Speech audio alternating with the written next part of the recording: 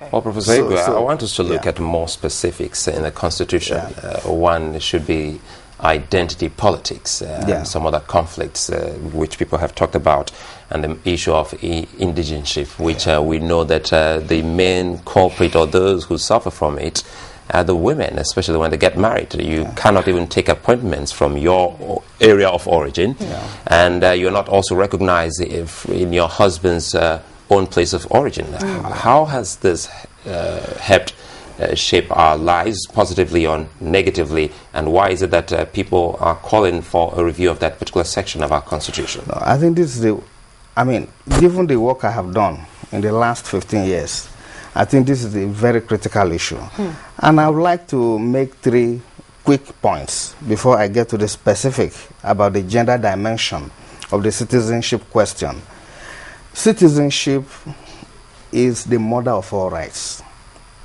It is about your rights as a bona fide member of a political community. And therefore, if you do not have the right to get what you deserve from the state, it means you are completely excluded. The second point I want to make is that if you look at the global trend today, the domain of citizenship is expanding. If you are lucky, people play visa lottery. You can become an American citizen overnight. Yes. And here in this country, if you are not in a place where you can claim indigeneity, you are excluded from enjoying certain rights. This conflicts with global trends about citizenship. I agree. The second point is that we have a very rich history, pre-colonial, colonial, and post-colonial history of movement of people, of migration, from one part of the country to the other. And what we are doing is a negation of that historical trend to deny people access to certain rights.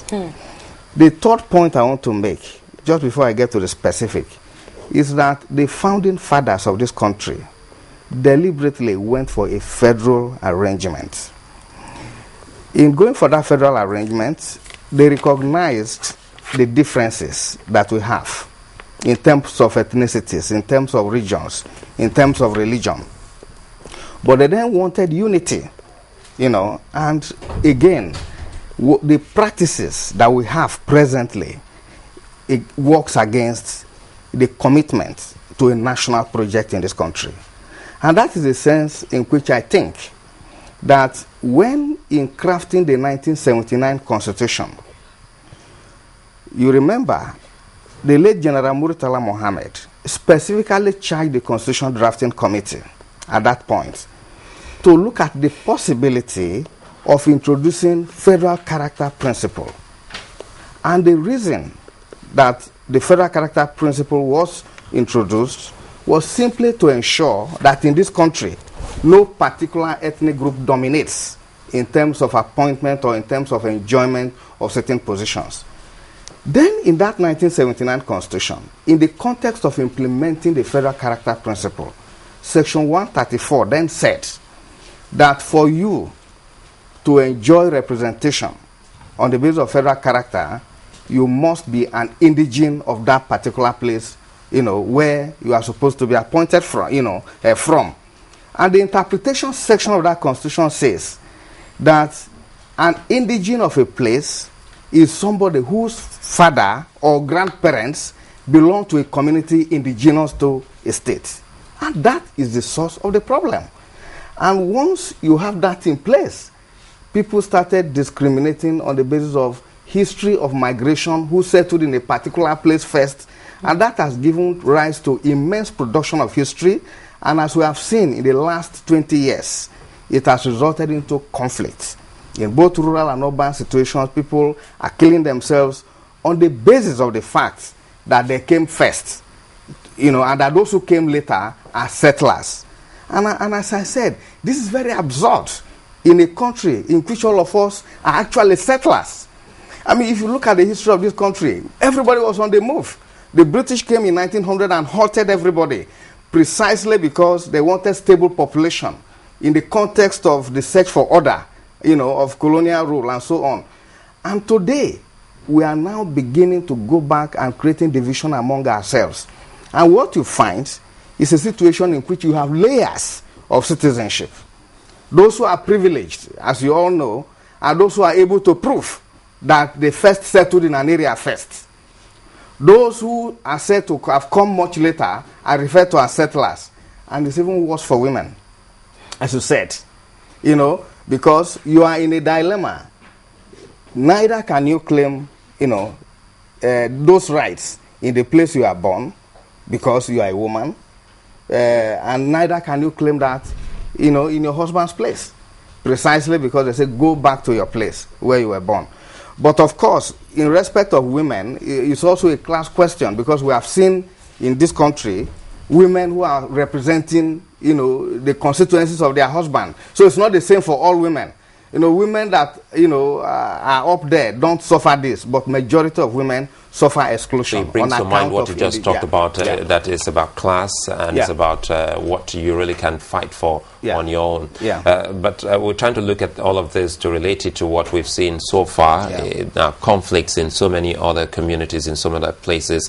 You also lecture at the University of Jos, and Jos has been also in the news with regards to issues of identity politics and conflicting interest. If you were to recommend anything in the Constitution, how would you want it being crafted to the extent that no one lays claim to a particular area over the other? Well, let me say this. That is a very difficult issue, but it's also an issue that we have to put on the table and agree on what to do. My own reading of the literature tells me that a nation is an emerging community. And therefore, you need to create and nurture the whole idea of a nation. It's not in, you see, you have to give it concrete expression. In other words, a nation does not exist by accident. Leaders and people work to create a national identity and to make it real. This is the choice that Nigerians have to make. Now, having said this, let me just give you an example of the difficulty with this, and then I'll link it to the Jos issue. It might be easy in some situations for you to say, well, this group came first, and therefore they are the natives, and that this group came later, therefore they are the settlers. But in many Nigerian situations, it's very difficult to prove. I'll give you an example. In Nasarawa Toto, that is in Nasarawa State, where the Ibira and the Basa have fought themselves to a standstill. If you go to historical record, by 1750, the Basa people were effectively settled there. And they had their, you know, Kireku kingdom. The Ibira also had the Panda kingdom. As far as historical record can go, you can never tell who came first. So, if you really then want to establish who is an indigene of that place, it's an unending chain of conflict and bloodletting.